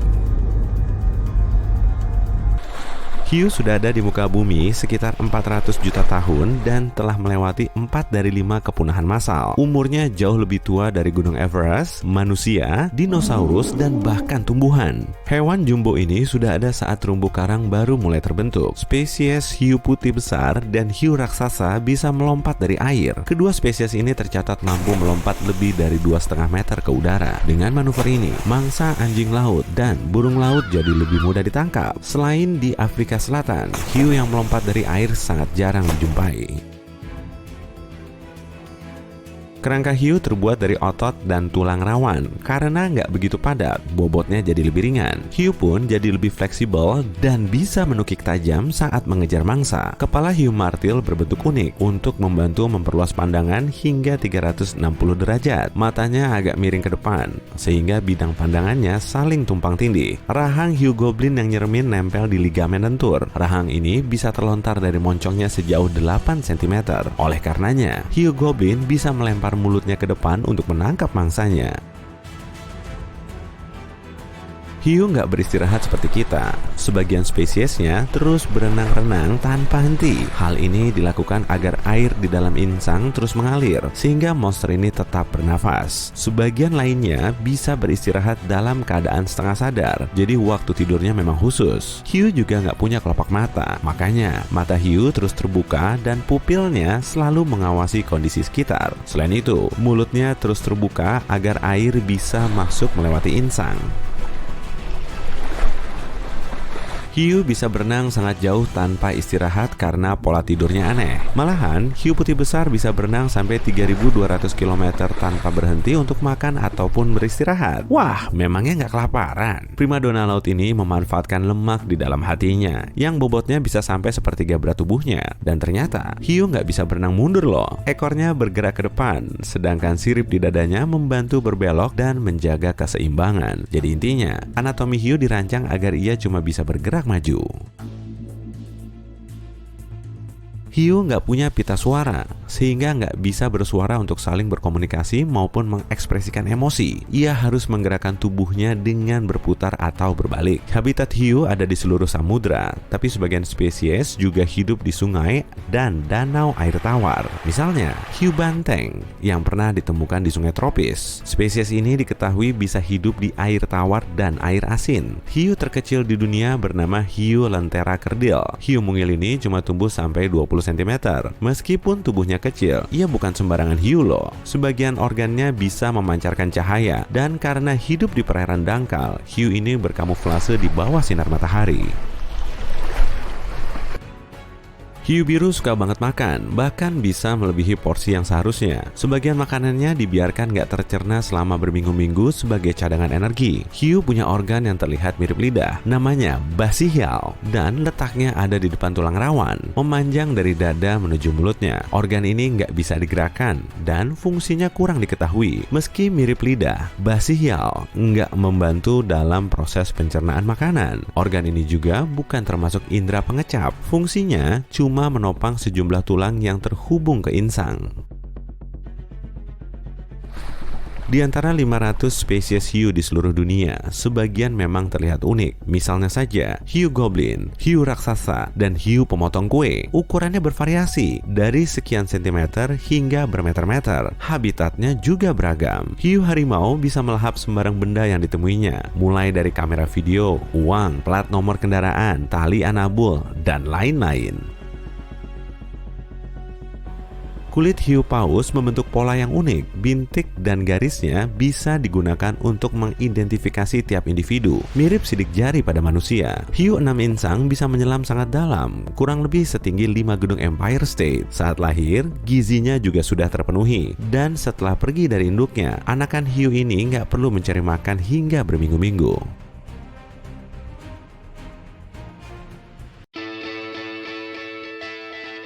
Dari Departemen Buah yang balas menggigit kita, bromelin adalah enzim kuat pencerna protein yang berfungsi memecah sel protein. Enzim ini sebagian besar terpusat di tengah atau di dekat bagian tengah nanas. Enzim ini bahkan digunakan sebagai bahan pembuat empuk daging sekarang ini. Tapi begitu kamu menelan nanas, asam lambungmu akan cepat memecah bromelin. Jika kamu tidak kuat dengan sensasi terbakarnya, ada cara untuk menghilangkannya. Memasak makanan akan mengubah enzim di dalamnya. Jadi, memanggang nanas akan membuatnya tidak menyakitimu lagi. Jaringan dalam mulut kita lebih cepat pulih daripada bagian tubuh lain berkat aliran darah yang meningkat ke wajah juga. Berita lainnya adalah susu keledai adalah bahan keju paling mahal dan langka di dunia.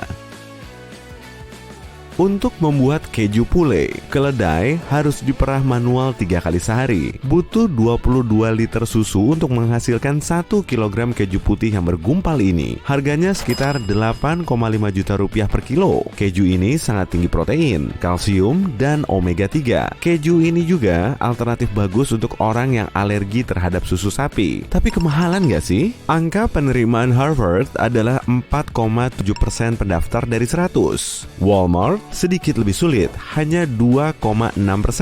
Saat panas, benda-benda bergerak cepat. Saat dingin, sebaliknya. Jika atom berhenti bergetar, suhunya ada pada 0 absolut, minus 273,15 derajat Celcius atau 0 Kelvin. Tapi hampir mustahil untuk mendapatkan suhu ini. Ruang angkasa pun tidak sedingin itu. Suhu rata-ratanya kira-kira 2,7 Kelvin atau sekitar minus 270 derajat Celcius. Sekelompok flamingo disebut flamboyan atau regimen atau bahkan koloni. Kayaknya paling cocok disebut flamboyan ya. Hey, warna pinknya cantik. Menciptakan kawanan berjumlah ribuan, flamingo terbang ke perairan di seluruh dunia. Mereka harus menyantap makanan berbeda di tempat berbeda. Jadi, warna mereka agak berbeda-beda, tergantung dari apakah mereka makan alga, udang, atau serangga. Hanya manusia dan penguin kaisar yang merupakan hewan berdarah panas yang hidup di Antartika pada musim dingin. Tapi kita bisa pakai mantel. Penguin tetap memakai baju formalnya.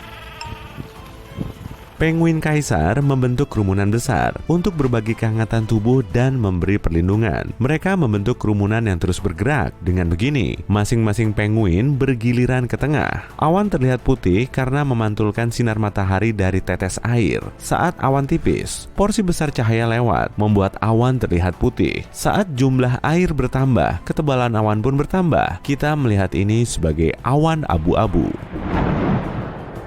Coco de Mer atau kelapa laut memiliki biji terbesar dan terberat di dunia. Satu biji bisa memiliki panjang 30 cm, berdiameter kurang lebih 90 cm, dan berbobot kurang lebih 20 kilo. Kelinci memang menggemaskan dan lembut, tapi di Brisbane, Australia, kita tak boleh memelihara kelinci. Kamu hanya boleh memeliharanya untuk tujuan yang disetujui, seperti hiburan publik, misalnya pesulap. Garis Kármán adalah persetujuan umum internasional untuk awal ruang angkasa. Garis ini berada di jarak 100 km atau 328.000 kaki di atas permukaan laut.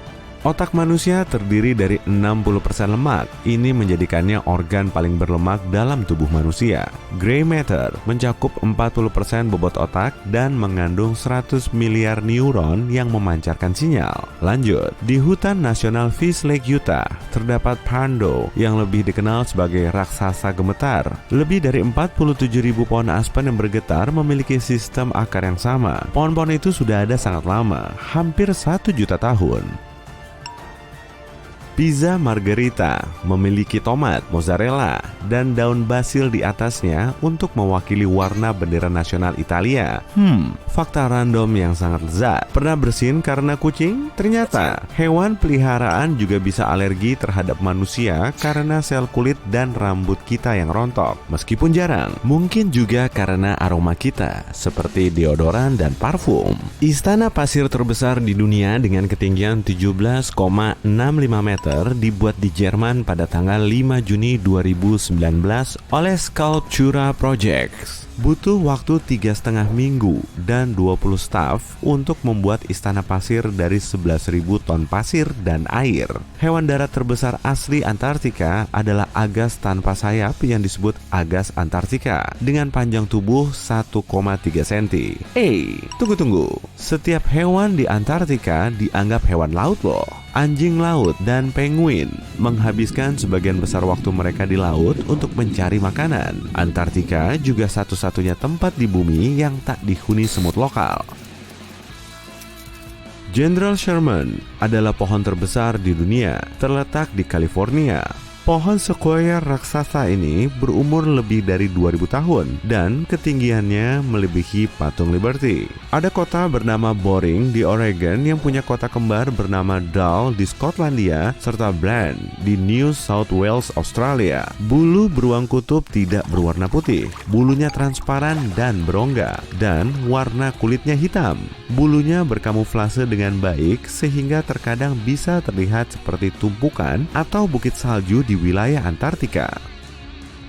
Lapisan tebal lemak tubuh membuat beruang kutub tetap hangat saat berenang dan bulu berlapis ganda membuatnya tetap hangat dalam udara dingin. Meski selalu digambar dan ditunjukkan seperti ini, warna matahari sebenarnya bukan kuning, jingga, atau bahkan merah, melainkan campuran dari semua warna ini. Jika bisa dilihat, warnanya akan tampak putih. Suhu inti matahari kira-kira mencapai 15 juta derajat Celcius, tapi kita berhasil membuat yang lebih panas di bumi. Para peneliti di Laboratorium Nasional Sandia menghasilkan suhu 2 miliar derajat Celcius dengan gas superpanas di salah satu labnya.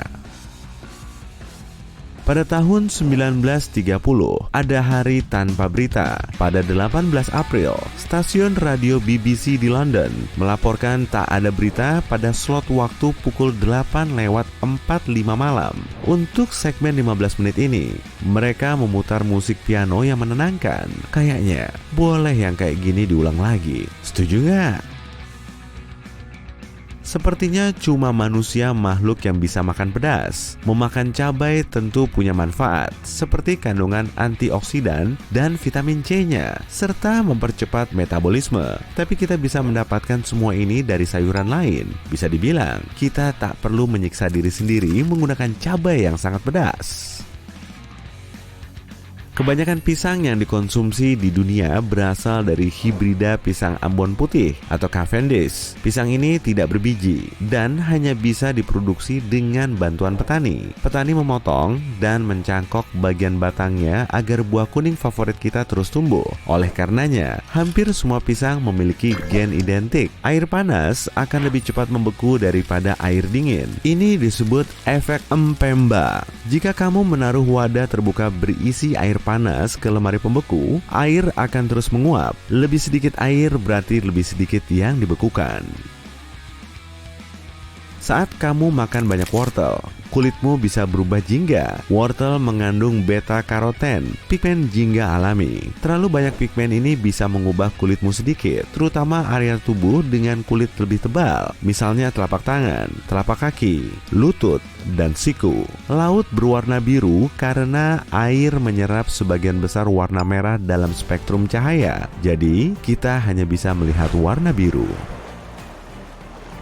Namun, dalam kondisi tertentu, warnanya bisa berubah total. Warna laut bisa menjadi hijau, coklat, merah, pink, dan jingga saat cahaya memantulkan partikel di dalam air atau saat matahari terbit dan terbenam. Sebagian besar lautan gelap gulita, cahaya tidak bisa masuk ke dalam laut. Kalau ada serangan zombie, tenang, ada tempat khusus di Amerika Serikat yang punya situs asli berisi daftar keperluan, blog, dan novel bergambar untuk menunjukkan betapa seriusnya situasi itu, dan bahkan poster untuk menunjukkan kesiapanmu. Dan kalau zombie muncul bawa nanas, kamu dalam masalah besar. Gurun terbesar di dunia bukanlah Sahara dan sebenarnya diselimuti salju. Gurun es Antartika menyelimuti benua Antartika dan luasnya mencapai 14 juta kilometer persegi. Itu 1,5 ukuran Amerika Serikat. Gurun tidak diukur dari suhu atau pasirnya, melainkan tempat yang memiliki kurang dari 25 mm curah hujan setiap tahun. Panjang leher jerapah sekitar 182 cm, sementara leher manusia rata-rata hanya 10 cm. Tapi keduanya punya satu kesamaan, yaitu sama-sama terdiri dari 7 tulang. Perbedaan besarnya adalah panjang tiap tulang jerapah sekitar 25 cm. Pada tahun 2015, Universitas Australia Selatan membuat sepeda yang membentang lebih dari 47 meter. Sepeda itu harus lebih lebar dari sepeda pada umumnya agar tidak jatuh akibat panjangnya. Tapi sekelompok pesepeda pemberani berhasil mengendarai sepeda ini hampir sejauh 100 meter.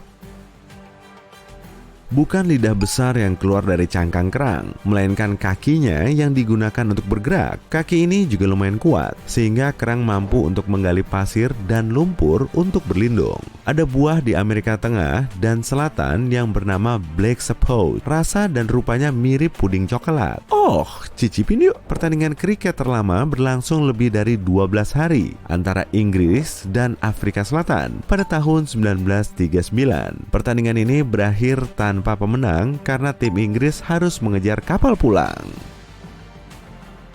Trailer pertama di bioskop diputar pada tahun 1912, tapi untuk pertunjukan Broadway bukan film. Trailer awalnya diputar setelah film karena fungsinya sebagai cuplikan. Pada akhirnya, trailer mulai muncul di awal karena penonton langsung meninggalkan bioskop begitu film selesai. Hey, udah selesai nih. Dadah. Loh, serius? Aku udah selesai. Dah.